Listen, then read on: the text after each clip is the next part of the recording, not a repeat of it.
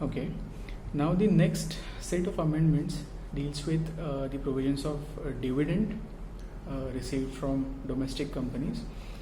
Under the existing provisions, the dividend received from domestic companies was exempt under section 1034, 10 clause 34, but as amended by the Finance Act 2020, henceforth the dividend which is received by shareholders shall be taxable in the hands of the recipient only, because by this act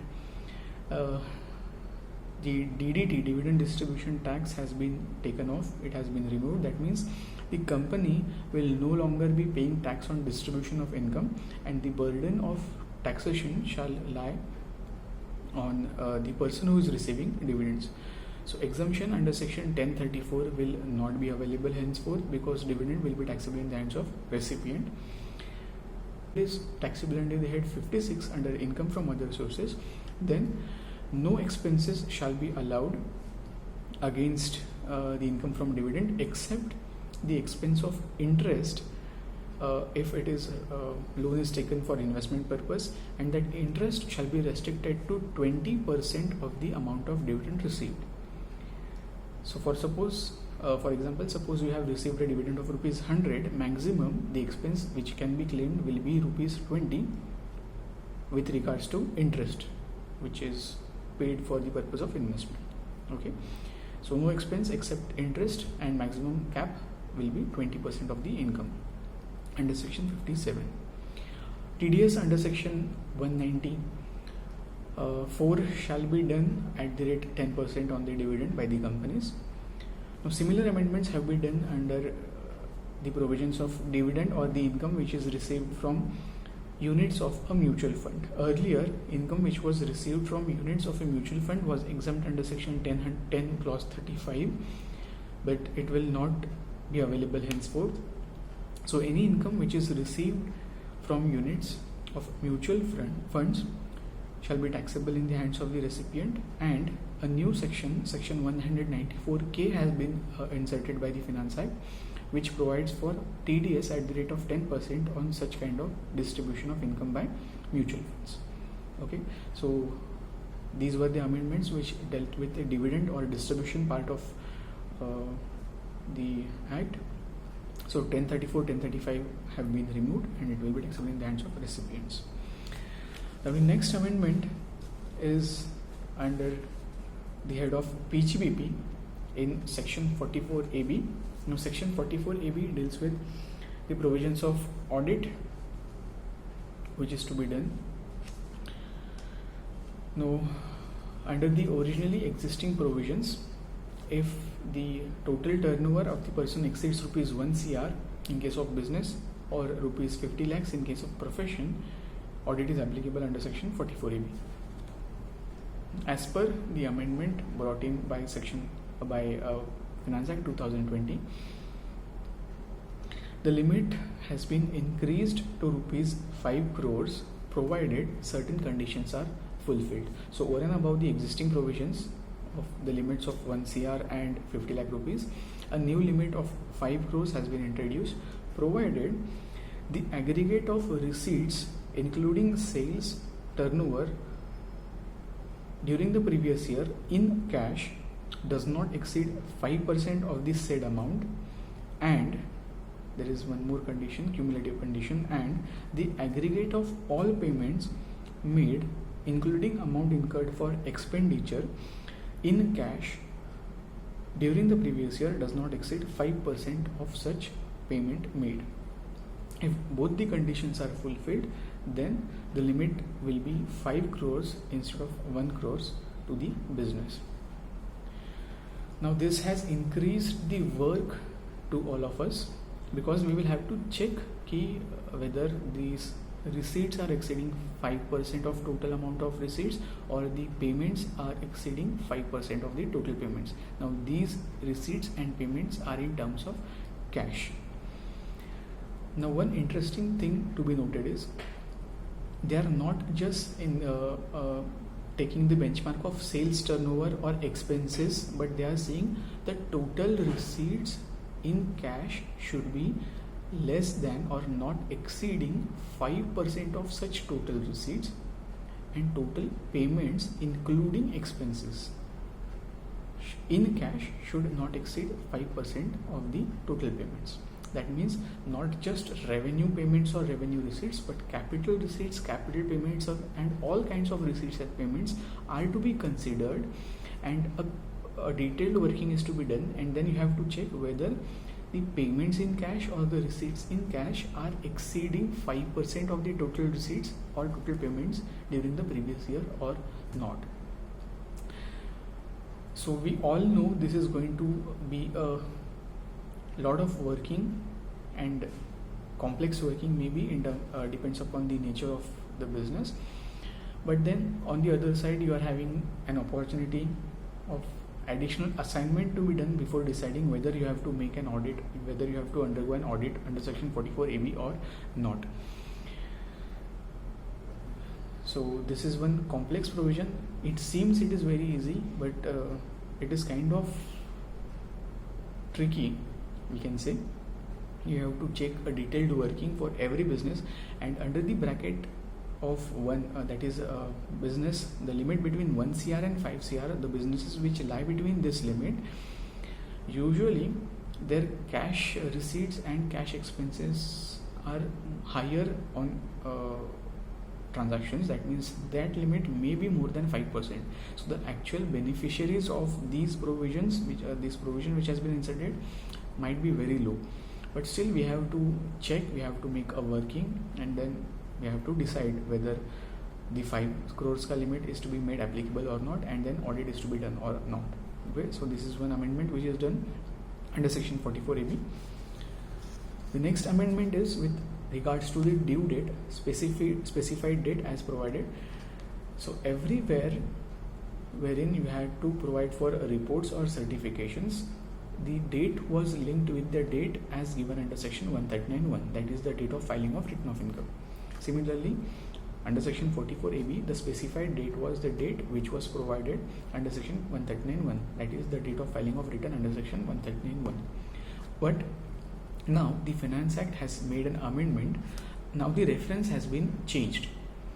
Under section 44AB, talking in particular, the specified date will be the date, it will mean to be the date 1 month prior to the date for furnishing the return of income as specified under section 139(1). That means your date of filing audit report under section 44AB shall be the date 1 month prior to the date of filing of return of income under section 139(1). So you can understand, you can just imagine how fast we have to work henceforth, because in the existing provisions both the dates were same, so we used to do simultaneous working of returns as well as audit reports. But now we have to complete audit 1 month prior, and we have to upload our audit reports 1 month prior to the date of filing of return of income. So we will have to plan our audits accordingly, because the dates will be 1 month prior to the date of filing of return of income. Now under the existing scenario, under the COVID-19 scenario, I think maybe this can be amended again, or certain relief can be provided for the dates, because since there is lockdown existing, the existing dates have already been extended, and the current year dates are expected to be extended further. So under this scenario, I think even this amendment may be relaxed a bit. Let us see what happens. So first amendment under section 44AB is with regards to exceeding the increased limit of 5 crores subject to 2 conditions of 5% criteria in cash, in the receipts and payments. And the second amendment is with regards to the due date for filing the report under section 44AB, which will be 1 month prior to the date of filing of return of income. Now this 1 month prior to the date of filing of return of income, same modification or the same substitution has been done overall in the Income Tax Act, wherever you were required to file different forms of reports or certifications. The link of filing certificate or report to filing return of income has been changed to 1 month prior to the date of filing of return of income. So wherever you are having filing of reports, this amendment has been done. Okay. Now the next amendment, important amendment, is in capital gains head, which is having corresponding impacts under various sections. Now the amendment has been done under section 55. Now section 55 deals with determination of or computation of cost of acquisition of assets. Now under various scenarios, there is one scenario which deals with computation of cost of acquisition where the assets were acquired prior to 1st April 2001. Now under the existing provisions, the assessee had been given an option that he can opt to consider the cost or the fair market value existing as on 1st April 2001 as the cost of acquisition, right? But now by this amendment, what they have done is they have restricted the benefit available of the fair market value. According to the amended section 55, either cost or fair market value shall be adopted, but the fair market value shall not exceed the stamp duty value existing as on 1st April 2001. Very important. This is going to have a big impact on our computations.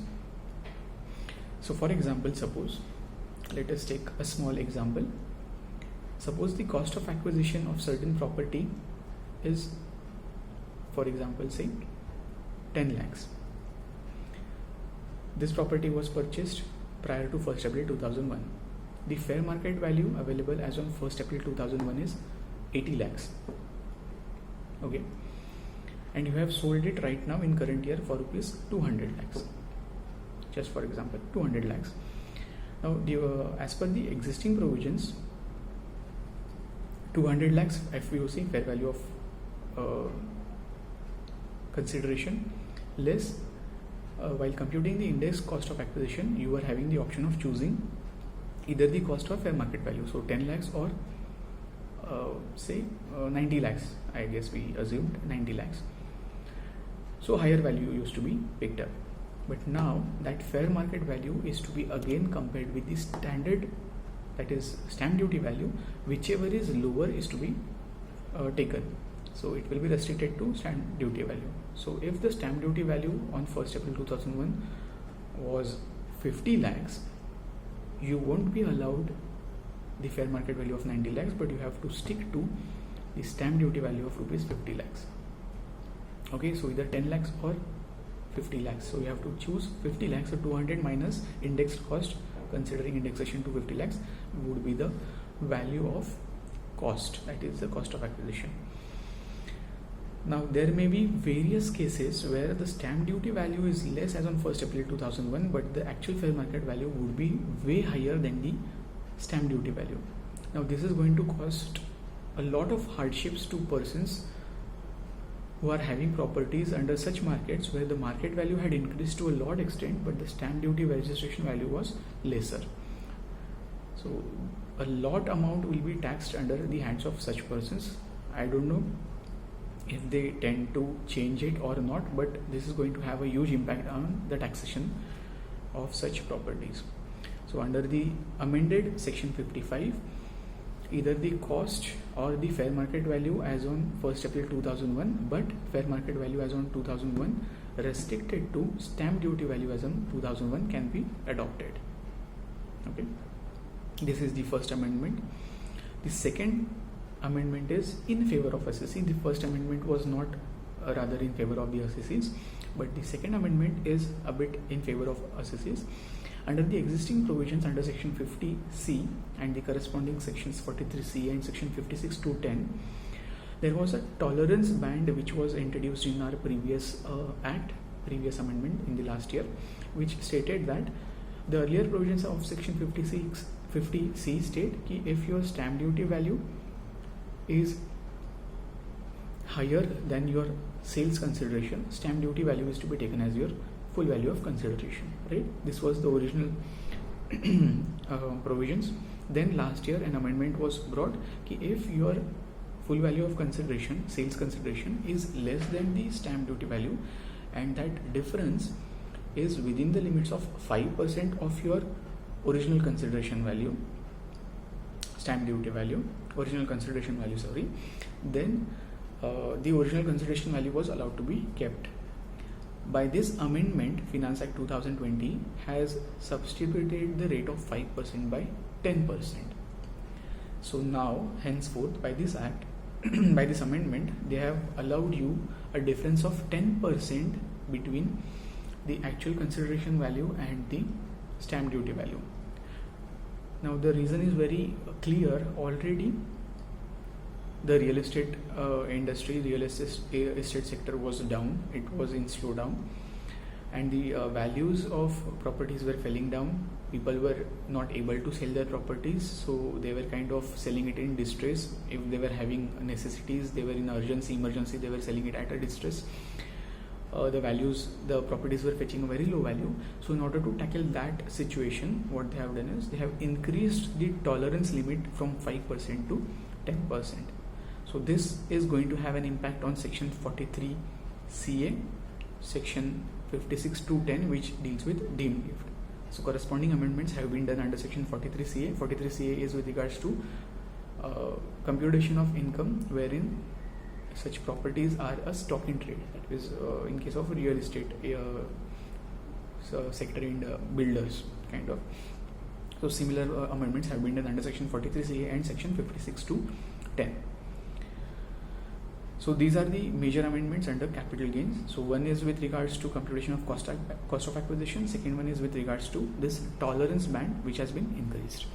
Okay. Now the next amendments, the important ones that I am going to discuss, which are relevant to us. The amendment is being done under section 194J, which deals with TDS on professional services, on professional charges, along with many other things, many other fees, which includes fees for technical services, which included fees for technical services, directors' fees, etc.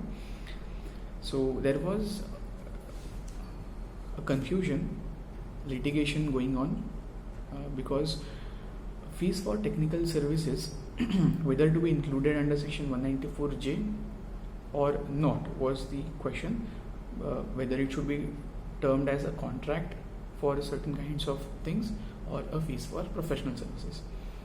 Because if it would have gone under section 194C, the rate would have been 1% or 2%. But if it would have been covered under section 194J as professional services, then the rate of TDS was 10%. So in order to clarify, the Finance Act 2020 has made a specific provision that under section 194J, all kinds of fees for technical services as well as all kinds of royalties for sale, distribution or exhibition of cinematographic films, the rate of 2% of TDS shall be applicable, and for all other kinds of payments under section 194J, professional services or other payments, a rate of 10% shall be applicable. So they have made it very clear that fees for technical services will be at 2%. So kind of similar to the rate of 2% available under section 194C, right? So that 2% has been taken over here. So 2% for fees for technical services as well as for any consideration which is paid in the form of royalty to other person for sale, distribution or exhibition of cinematographic films. So this is one amendment under section 194J. The next amendment is under section 194N. Now this is way different than what it was brought in by finance bill. Kind of total difference has been seen under section 194N as compared to what was brought under the bill. Now 194N deals with TDS on cash withdrawal, right? If a person is going to withdraw cash from banks or cooperative banks or from post offices in excess of 1 crore in aggregate during that year, then a TDS at 2% was to be done by such institutions on that person. This was the original provision as introduced. Okay.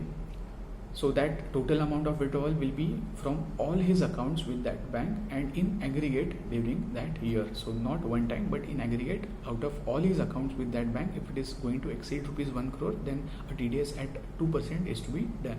It was the provision. Now there is one additional thing that they have introduced.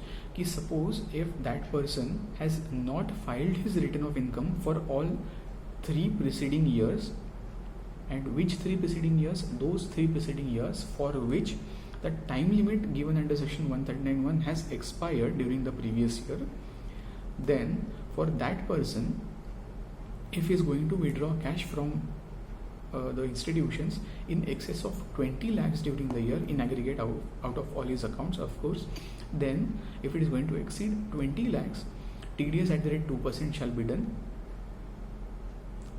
If it is exceeding 20 lakhs but not exceeding 1 crore, TDS at the rate 2% shall be done.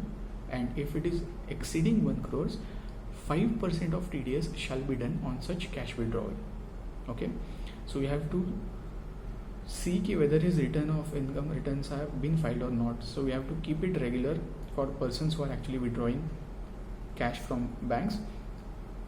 If any one out of those 3 continuous years the return of income has not been filed, then he will be attracted by this provision and he will be liable for a TDS at the rate 2% if it is exceeding 20 lakhs and less than 1 CR, and if it is exceeding 1 CR, then 5% TDS shall be done on cash withdrawals from the financial institutions. So this is one totally different section which is brought in, different than what was introduced, what was talked about in the finance bill.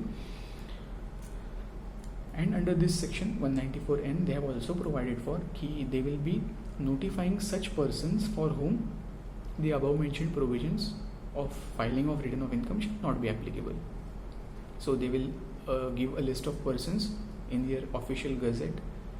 They will notify such persons for whom the filing of return criteria, continuous 3 years wala criteria, will not be applicable. That may be for agriculturists, maybe,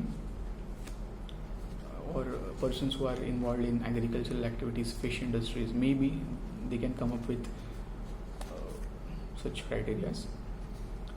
Okay, so this was 194N.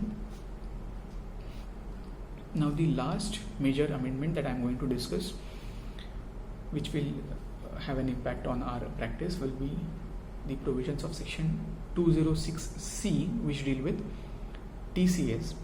Okay, there is an amendment brought in by this section 206C. Now, a lot of new things have been introduced for tax collection at source. So suppose I will just discuss these situations. I have classified the provisions into situations. I am having 3 situations for TCS. Now this is dealing with transmission of money. If you are going to remit money outside India, then you will be liable for TCS. A tax shall be collected from your end. So first nature of transaction will be, if you are going to remit overseas an amount under liberalized remittance scheme, so LRS, which we call it as liberalized remittance scheme, you are allowed to remit certain amount. I guess it is 2.25 lakhs right now. So around 2.25 lakhs you can remit it under that scheme without having to undergo any kinds of additional compliance, etc. So under that, if you are going to remit money and if that remittance is going to exceed rupees 7 lakhs during the previous year, then the authorized dealer through whom, that will be your bank who is going to remit that money, then that authorized dealer shall have a TCS, tax collection at source, at the rate 5% if PAN and Aadhaar is available, and if PAN and Aadhaar is not available, then the rate of TCS will be 10%. So you are going to remit money outside India under LRS, liberalized remittance scheme, in excess of rupees 7 lakhs, then TCS at the rate 5% shall be applicable if you are having PAN and Aadhaar. If PAN and Aadhaar has not been provided, TCS shall be at the rate of 10%. Okay. The second case is, you are remitting money outside India under the LRS, liberalized remittance scheme, but that money which you are remitting is for educational institutions outside India. For example, suppose someone of your family is outside India and you have taken loan, that is, that remittance is out of a loan. Okay, that remittance is out of loan which is taken from institutions as prescribed under section 80E. 80E deals with deduction for interest on loans, educational loans. So if you have taken some amount from such institutions and if you are remitting that amount out of that loan outside India under LRS, then if that amount exceeds rupees 7 lakhs, TCS shall be done by the authorized dealer, but it will be at the rate of 0.5%. Okay, so a lower rate has been prescribed in case of remittances which are related to educational loans. Okay, first one was general remittance, second one is with regards to remittances for educational loans. The third case is if you are going to remit amount to the seller, you are going to give any amount to the seller, and that amount, the transaction is for purchase of overseas tour package. Okay, so if you are going to buy an overseas tour package from a seller, then the amount of TCS will be 5% if you are providing for PAN and Aadhaar, and if PAN and Aadhaar has not been provided, then it will be 10%. Okay, so this is one specific case. There is no limit given for purchasing of overseas tour package. So if overseas tour package has been taken, then the seller of that overseas tour package shall collect tax from you from any proceeds which will start from rupee 1 onwards. Okay, so maybe you can try to include yourself in the first criteria, which states that LRS scheme ke andar if you are going to transfer any amount up to rupees 7 lakhs, then no TCS will be done. If it is going to exceed 7 lakhs, only then 5% ka TCS can be done. But no, you are not allowed to take the benefit of that. They have already clearly mentioned a specific separate provision for all kinds of overseas tour packages for which no limit has been prescribed. That means if you take an overseas tour package of any amount, the seller of that overseas tour package shall collect a tax at source from your proceeds, and that amount will be 5% if you provide for PAN and Aadhaar, and if no PAN and Aadhaar has been provided, it will be at the rate 10%. Okay, three situations. One was general LRS, second one was LRS but for educational loan amounts transfer, and the third one is overseas tour packages. Okay, in first case, LRS, generalized LRS exceeding 7 lakh rupees, 5% and 10% TCS rate. If it is related to educational loans exceeding rupees 7 lakhs, then it is 0.5%. If it is purchase of overseas tour package, then again it is 5% and 10% TCS without any limit. There is no minimum limit prescribed. Okay, so this was with regards to remittances. There is one more additional clause which is introduced, clause 1H under TCS under section 206C, which provides for collecting tax at source on sale of goods. Okay, this is kind of vague. Okay, general sale of goods has also been introduced under section 206C for tax collection. So it deals with all kinds of sale of goods, and it is applicable to only that seller whose total turnover in the preceding previous year has exceeded rupees 10 crores. Okay, so if there is a seller whose total turnover in preceding previous year is less than rupees 10 crore, this provision will not be applicable. It is only applicable if your total turnover in preceding previous year is exceeding rupees 10 crores. Then you will be collecting tax at source on your sale of goods. Okay, general sale of goods. We are having a provision for sale of cars and certain other products, under already existing provisions, but now this is a generalized sale of goods provision wherein you are going to collect tax. But this is the condition: if the seller is having turnover above that limit, only then these provisions are applicable. Okay, now what is the limit? The limit which is given is, if the person who is buying from you, if the total amount of transaction is exceeding rupees 50 lakhs, only then you will apply this TCS ka collection. Okay, so in short, if the total sale to a single person during a year, the total sale to a person during a year is not exceeding 50 lakhs, then TCS will not be there. But if it is exceeding 50 lakhs, TCS at the rate 0.10% shall be collected. Tax shall be collected at the rate 0.10% from the buyer, if PAN has been provided.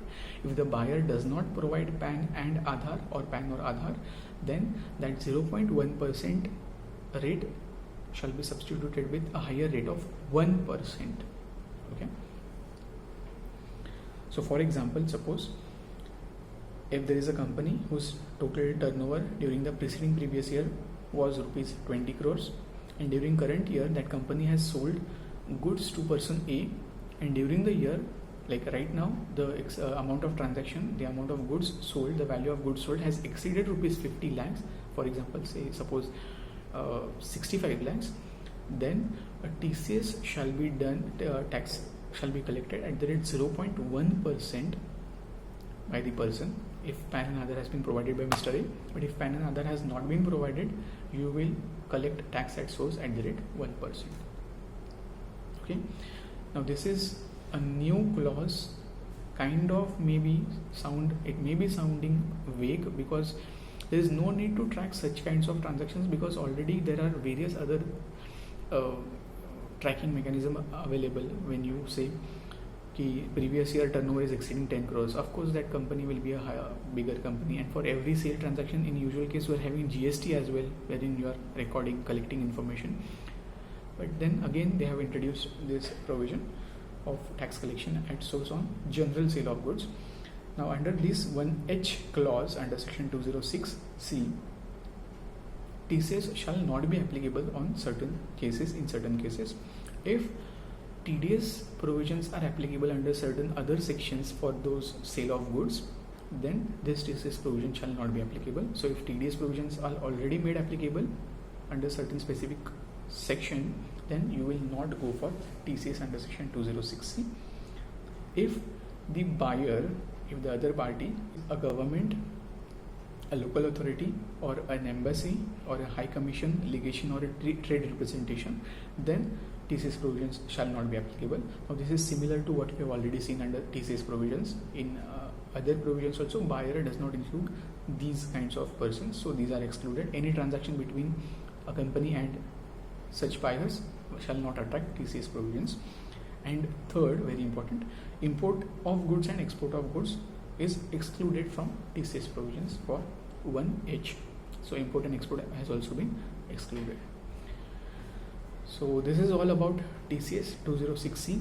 Certain provisions which deal with remittance of money are brought into the provisions of section 206C, which deals with tax collection. And then by introducing a new clause 1H, a general based sale of goods has also been brought under the purview of tax collection at source, and that we have already discussed right now. There are certain conditions, of course, but then it has been introduced.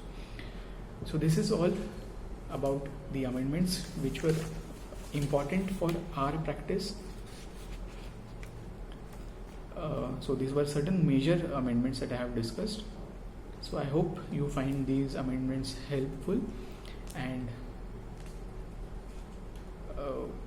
we kind of learn something while we are at home. Okay, so thank you.